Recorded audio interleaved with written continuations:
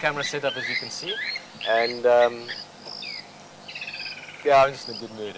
It's fantastic to be out here. These elephants have moved on. Unfortunately, we can't see them. We can still hear the odd branch breaking, but it's too thick. We're not going to go in there. We've had incredible time with them. I was chatting with James just now while he was busy getting this camera ready. It was really cool. We had all 4 of those elephants, and especially all 3 of the youngsters. Each of them at some stage came and said hello to us, came up in some way and checked us out a little bit, even the little ones. So we had an amazing time with them earlier. I'm not going to pursue them into the thick bush. The rhinos are moving off slowly, so I think we've had a spectacular time around Djuma Waterhole or Gowrie Waterhole.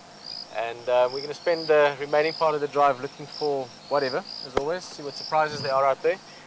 But our number 1 surprise to find would be Karula, that female leopard. And I've got a feeling we might get lucky. Let's go look around.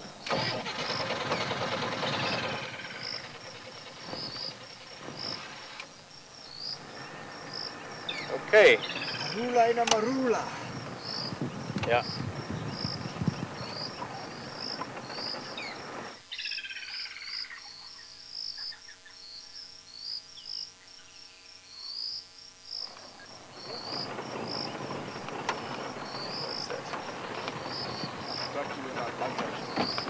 Is it? Oh, we'll try and stay away from the water. There were loads of mosquitoes down by the water there just now. Guys, once again, thank you as always for all the emails we get and all the messages and ideas. We've got a whole bunch of names coming through. We're not going to go into all of them now. Quite often these animals tend to have a sort of organic growth to their name. We'll just let it develop like that, but we'll certainly look at them and talk about all the names that have come through. Thank you again. Getting up to quarantine, I'm just taking a shortcut through past one of these dry pans. There's some guys doing sundowners in the area. There's 1 or 2 other game drivers also that's, I think, hoping to find some leopard tonight.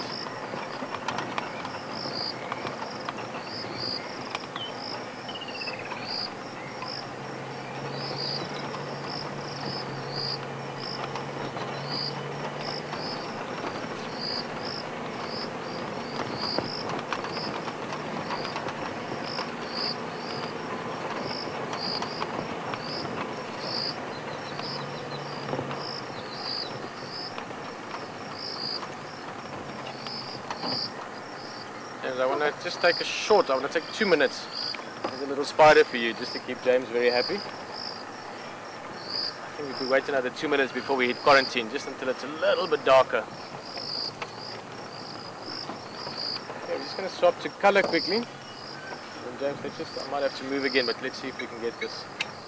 I'm just going to quickly change, we'll split second and you'll have us back in color. Stuck. Very small spider again, just here James, just tell me if I need to move a bit. You see it? There. Oh, that's beautiful. Again, it's a perfect web. I need to go back a little bit, huh? Right.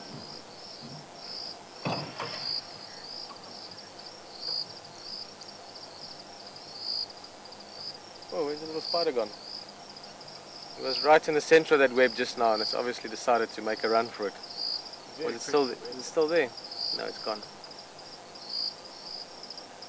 Again, what I find interesting about this web, oh, there's a little insect. Let's see, the spider might come out. See there on the web? I'm going to tell you what I find interesting about the web just now. James, I'm just going to roll back slightly more. Let's get that grass blade out. Okay, let's try that.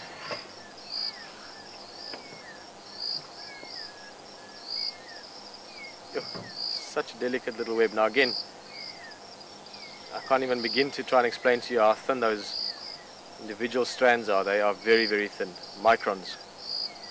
And that spider might come out just now. There's the little insect still. You can see it shaking every now and again, trying to get loose. Now that's sending messages all throughout that web.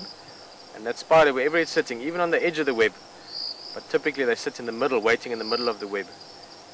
They can tell exactly where that insect is just from the vibrations.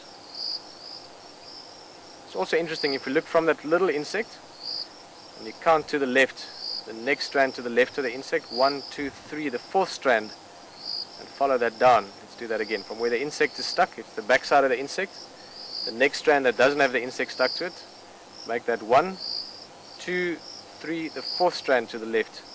If you follow it down, you'll see that's the last strand. It curls around and eventually just goes to the center. So a very long-winded way of getting to the point. But I think this is something that is probably in the same order or family even as your bark spiders. And the reason I say that is this web is still perfect. It wasn't up today.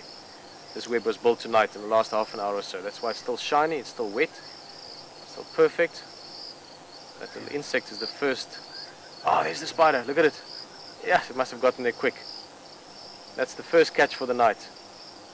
Now look at that, look at the back of the abdomen, the spinnerets. That's where the silk would have come out to spin the web itself. But they can make different kinds of silk. At the moment it's making almost like a sheet silk, and it's using that to wrap that little insect up almost like a straitjacket. And then it can move it somewhere, maybe to the middle of the web and go stick it on there. Or sometimes, and I think this is one of those spiders, it's going to take it home. Look at that. There it's got its little, you see there? This is interesting, eh? James, you liking this? Say, look, there's his little house, eh? Inside, it's used this is actually one of your finger grasses, similar to Rhodes grass as well. I think this one is called smuts finger. And it's using those different strands of the grass, closing it into a little home, inside, just behind the abdomen of that spider. That's where its house is. In the daytime, it'll just be inside there. And now, it catches that food and it takes it up and it's going to put it there in a line, probably with one or two other insects from later tonight.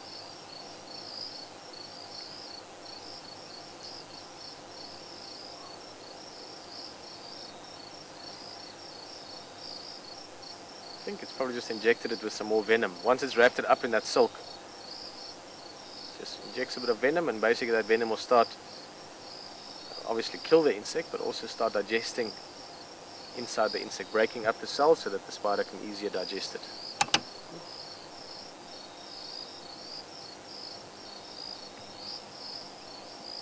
Try moving the lights a little bit, Peter. Maybe a little bit down.